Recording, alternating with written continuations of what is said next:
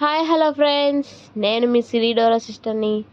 ఈరోజు మన రెసిపీ వచ్చేసి మరమరాల లడ్డు అండి. చాలా ఈజీగా చేసుకోవచ్చు ఇంట్లో. మీరు కూడా ఒకసారి ట్రై చేసేయండి. అంటే బయట మనం కొనుక్కునే విధంగానే చాలా పర్ఫెక్ట్గా, చాలా ఈజీగా కూడా చేసేసుకోవచ్చు. అండ్ టైం సేవింగ్ ప్రాసెస్ కూడా. ఒకసారి ఇంట్లో ట్రై చేసేయండి. పిల్లలు చాలా చాలా ఇష్టంగా కూడా తింటారనమాట. ఒకసారి నేను చెప్పిన కొలతలతో ఒకసారి మీరు ఇంట్లో చేసేసేయండి, పర్ఫెక్ట్గా వచ్చేస్తుంది. ముందుగా అయితే ఒక ప్యాన్ తీసుకోండి. కొంచెం ఎక్కువ చేసుకుందాం అని అనుకున్న వాళ్ళు కొంచెం పెద్ద ప్యానే తీసుకొని మనం ఏదైనా ఒక కప్పునే తీసుకొని, ఒక గిన్నె కానీ ఒక కప్పుని కానీ తీసుకొని దాని ప్రకారంగానే కొలతలు తీసుకోవాలి. నేనైతే ఒక బాక్స్ అంటే ఒక గిన్నెని తీసుకున్నాను. ఆ గిన్నెలో నేను నిండుగానే బెల్లాన్ని తీసుకున్నానండి. బెల్లం ఏదైనా తీసుకోవచ్చు. నేనైతే కొంచెం కప్పు నిండానే తీసుకున్నాను బెల్లాన్ని. ఆ బెల్లాన్ని దాంట్లో యాడ్ చేసేసుకొని, ఇప్పుడు మనం ఏ కప్పుతో అయితే తీసుకున్నామో ఆ కప్పు మొత్తం, అంటే ఇప్పుడు సపోజు హాఫ్ కాకుండా, ఇప్పుడు ఆ కప్లో హాఫ్ వాటర్ కక్కకుండా హాఫ్ కంటే సగం ఇంకొంచెం తక్కువగానే అనమాట. నేను వాటర్ని అయితే తీసుకుని దాంట్లో పోసుకొని బాగా మరిగించేసుకున్నాను. బాగా మరిగించుకున్న తర్వాత ఈ బెల్లం అనేది బాగా కరిగిపోయిన తర్వాత పాకానికి రావాలి. ఆ పాకం అనేది తేక పాకం, కొంచెం నార్మల్ పాకం కాదండి. ఇలాగ నేను ఒక ప్లేట్లో వాటర్ పోసుకొని మీకు చూపించాను చూసారా. పాకం అనేది గట్టిగా అయిపోవాలి. అంటే ఇలాగ ప్లేట్కి వేసి కొట్టినప్పుడు చాలా గట్టిగా, అంటే ఒక రాయిని కొట్టినట్టు ఉండే విధంగా ఉండాలన్నమాట.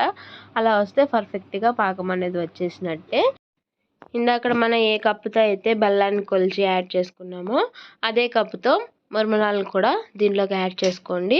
నేనైతే ఏ కప్తో యాడ్ చేసుకున్నాను ఆ కప్పుతో 3 కప్పులు నేను యాడ్ చేసుకున్నానండి మరమరాలు. అవి మొత్తం యాడ్ చేసుకున్న తర్వాత ఇప్పుడు మనం పెట్టిన బెల్లం పాకం మొత్తం కలిసే విధంగా, అంటే మరమరాలు అన్నిటికీ బాగా కలిసే విధంగా మొత్తం కలిపేసుకున్నానండి. ఇలాగా బెల్లం పాకం మొత్తం మరమరాలకి మొత్తం అంటేసిన తర్వాత మీరు బాగా వేడిగా ఉన్నప్పుడే చేతికి నూనె కానీ, లేదా మీ ఇష్టం అండి, నెయ్యి అయినా సరే తీసుకొని చేతికి బాగా అద్దుకొని ఈ మిశ్రమం అనేది కాస్త వేడిగా ఉన్నప్పుడే మీరు ఉండలు చేసుకోవడానికి ట్రై చేయండి. బాగా వేడిగా ఉన్నప్పుడు కాకపోయినా కొంచెం గోరువెచ్చగా ఉన్నప్పుడు ఉండలు బాగా చేసుకోవచ్చండి. అప్పుడు గట్టిగా మొత్తం, అంటే ఉండ షేప్ రావడానికి బాగా హెల్ప్ఫుల్గా ఉంటుందన్నమాట. అట్లా కాదు ఆరిపోయిన తర్వాత చూడదామంటే అస్సలు రావండి. ఆ బెల్లం పాకం అనేది గట్టిగా ఉండిపోయి ఆ చుట్టుపక్కల కూడా అతుక్కుపోతుందండి. అప్పుడు పర్ఫెక్ట్గా రావు ఉండలు. మీరు వేడిగా ఉన్నప్పుడే కాస్త గోరువెచ్చగా ఉన్నప్పుడే ఉండలు చేసుకోండి. మీకు ఏ సైజులో కావాలో ఆ సైజులో ఉండని మీరు చేతితోనే ఇలాగా చుట్టుకుంటే సరిపోతుందండి. నేనైతే స్మాల్ సైజు చుట్టుకున్నానండి. ఇలాగా నేను చూపించిన విధంగా ఉండల్ని గట్టిగా మీరు, అంటే మొత్తం ఊడిపోకోకుండా గట్టిగా ఉండే విధంగా చూసుకుంటే సరిపోతుంది. ఇలా గట్టిగా ఒక ఉండలాగా చేసుకొని మొత్తాన్ని ఒక షేప్లో పెట్టేసుకుంటే సరిపోతుంది. ఎంతేనండి, చాలా ఈజీగా మీరు చేసేవచ్చండి. చాలా సింపుల్. మీరు ఒకసారి ఇంట్లో ట్రై చేసేయండి. నా రెసిపీ మీకు నచ్చినట్లయితే please like, share and subscribe చేయండి.